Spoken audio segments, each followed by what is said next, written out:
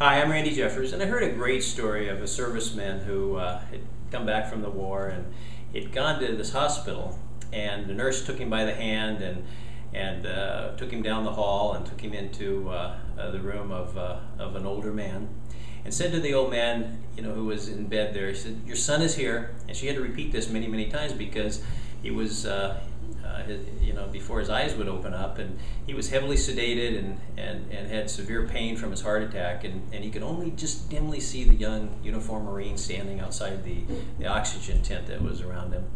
But he reached out his hand, and the Marine wrapped his toughened fingers around the old man's limp fingers and just squeezed this message of love and encouragement to him. Well, the nurse brought a chair so that the Marine could sit beside the bed, and all through the night, the young Marine sat there in this poorly lighted room and just holding the old man's hand and offering him words of love and strength and encouragement. And occasionally the nurse suggested that the Marine, go take a rest and just, go relax for a little while, but the Marine, he refused. Whenever the nurse came into the room, the Marine was just oblivious of her and of all the noises of the hospital, the clinking of the oxygen tank, the staff members maybe laughing when they would meet each other, and the cries and moans of some of the other patients. And now and again, the nurse, she would hear the young Marine say a few gentle words. The dying man couldn't say anything. He only held tightly to his son all through the night. And along towards dawn, the old man died.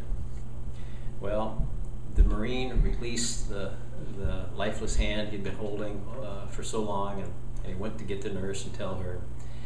And while she was doing what she had to do, he waited for her. And then finally, when she returned, she started to offer words of sympathy to him. But the Marine interrupted her and said, "Who was that man?"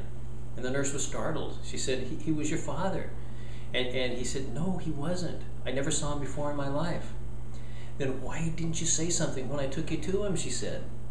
"Well," he said, "I knew right away that there had been a mistake, but I also knew that he needed his son, and his son just wasn't here. And when I realized that he was too sick to tell whether or not I was his son, knowing how much he needed me, I just had to stay." Now that is a hero.